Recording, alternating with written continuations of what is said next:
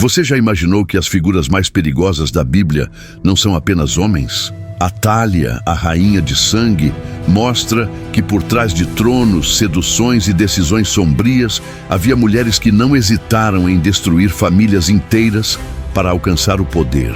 Atália não foi apenas uma esposa de rei, ela foi uma mulher ambiciosa, cruel, disposta a tudo para tomar o trono de Judá. Seu reinado é lembrado como um dos mais sombrios e tirânicos da história bíblica. Mas o que ela fez para conquistar seu lugar no poder? Prepare-se, porque hoje você vai conhecer a história de Atália, a rainha das trevas, que não hesitou em matar sua própria família para se tornar rainha. Mas antes de começarmos, inscreva-se no canal Discípulos da Bíblia, curta o vídeo e comente abaixo o que você pensa sobre a trajetória dessa mulher implacável. Queremos saber sua opinião. E claro, não se esqueça de ativar o sininho para receber todas as notificações. Vamos começar. Filha de Acabe e Jezabel, Atália foi forjada em um dos mais sombrios legados da Bíblia. Jezabel, sua mãe, era conhecida por sua ferocidade e ambição desmedida. Ela foi uma rainha que manipulava reinos, perseguia profetas e levava a adoração a Baal aos confins de Israel. Atália cresceu imersa nesse ambiente de perversão e opressão. Desde cedo, ela aprendeu que o trono não é dado, mas tomado. Para conquistar o poder, tudo era válido. Naquela época, Israel estava dividido entre reinos inimigos. No Reino do Norte, Israel, e no Reino do Sul, Judá, o trono era algo sagrado, mas também um campo de batalha. Atália sabia que para sobreviver em um mundo onde homens decidiam o destino dos reinos, ela precisaria ser mais astuta que todos. Aos poucos, Atália começou a se infiltrar nas cortes reais. Ela se casou com Jorão, o rei de Judá, e tornou-se rainha. Mas sua mente não estava focada apenas no casamento. Atália sabia que, em Judá, a linhagem de Davi ainda tinha força, e ela queria quebrar essa linha de sucessão. Ela se tornaria a única soberana. Quando Acasias, o filho de Atália, morreu, o reinado de Judá ficou em suspenso. Mas Atália, fria e calculista, não hesitou nem por um segundo. Ela sabia que, com a morte de seu filho, o trono de Judá estava vulnerável. E não poderia permitir que qualquer herdeiro legítimo fosse uma ameaça ao seu poder. A linhagem de Davi precisava ser apagada de vez, e ela seria a única soberana. Atália, com um olhar de ferro, virou-se para seus guardas e oficiais e disse com uma frieza assustadora: "Matem todos, não deixem ninguém, nenhum sangue de Davi deve sobreviver." As palavras saíam de seus lábios com um gelo tão profundo que nem o vento se atrevia a tocar suas ordens. Ela sabia que sua segurança dependia da eliminação de todos os herdeiros. "Matem todos", ela repetiu, sem hesitar, sem misericórdia. Seus netos, seus próprios filhos, tudo o que ainda poderia contestar seu trono tinha que ser erradicado. Não havia espaço para fraqueza ou compaixão. Não havia espaço para sentimentos. Atália estava decidida. Ela governaria Judá com uma mão de ferro. E ninguém, nem sangue de seu sangue, impediria sua ascensão. Os guardas marcharam pelos corredores do palácio, os passos ecoando nas paredes, enquanto os herdeiros de Acasias eram levados. Atália assistia com olhos impassíveis, como se cada vida que se apagasse fosse apenas mais uma peça em seu jogo de poder. Cada vida ceifada se tornava um decreto, um passo para sua própria dominância sobre Judá. Atália, com o coração de pedra, sabia que nenhuma misericórdia seria oferecida. Ela comandou sem emoção cada golpe, cada morte, até que o último herdeiro de Acasias fosse exterminado. Ela estava sozinha no trono, mas agora ela possuía todo o poder, com sangue nos dedos e uma alma vazia.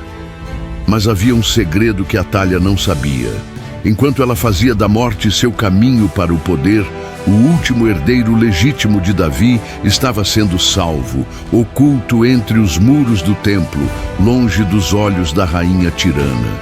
O destino de Joás, o último filho de Acasias, não seria selado pela crueldade de sua avó.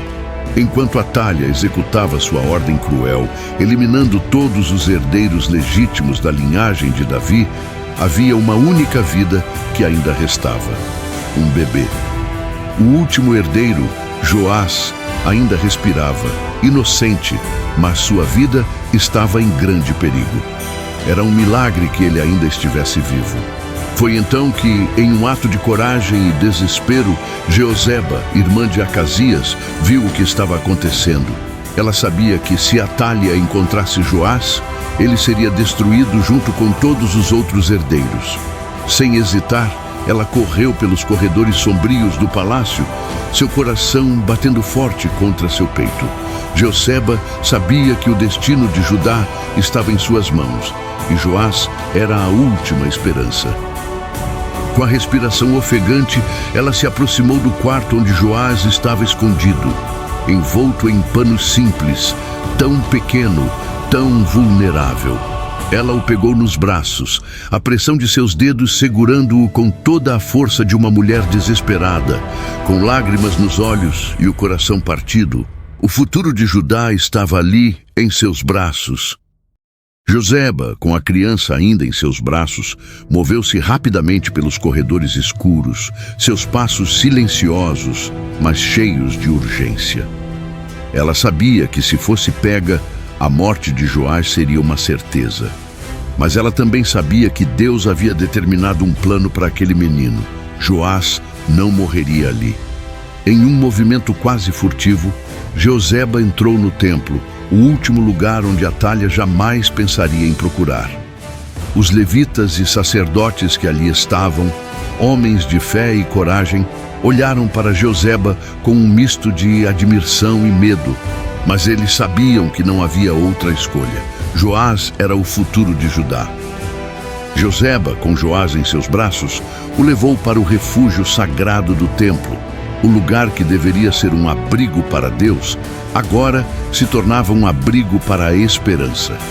Com respiração pausada, ela entregou o menino ao sumo sacerdote Jeoiada, que sabia que aquele bebê era a chave para restaurar a linhagem de Davi.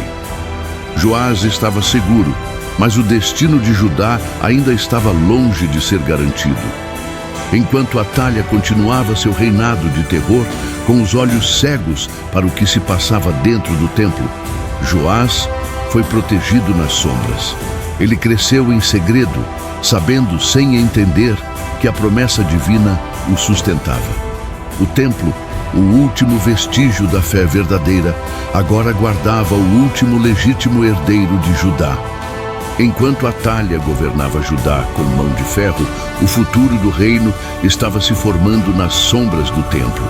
Joás, o último herdeiro legítimo da linhagem de Davi, cresceu longe da visão de sua avó tirana, escondido no lugar mais seguro que poderia existir: o templo de Javé.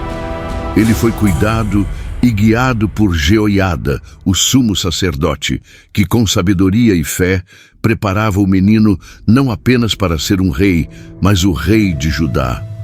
Durante os primeiros 7 anos de sua vida, Joás foi educado entre os sagrados corredores do templo, ouvindo os cânticos de adoração e respirando a fé em Javé. Ele cresceu entre levitas e sacerdotes, aprendendo sobre justiça, verdade e a promessa divina que havia sido dada a Davi. Joás, embora ainda jovem, foi preparado para entender que, um dia, ele precisaria restaurar a fé de Judá e liderar seu povo. Quando Joás completou 7 anos, o momento de restaurar o trono de Judá chegou. Jeoiada, o sacerdote, reuniu os líderes e os fiéis de Judá e organizou o golpe que daria ao menino rei o poder de tomar seu lugar legítimo no trono. O povo, que havia sofrido sob a tirania de Atália, viu uma nova esperança surgir. Joás foi proclamado rei no templo diante de todos. O povo aplaudiu, cantou e se alegrou, pois sabiam que, com a chegada de Joás, o reino de Judá seria restaurado.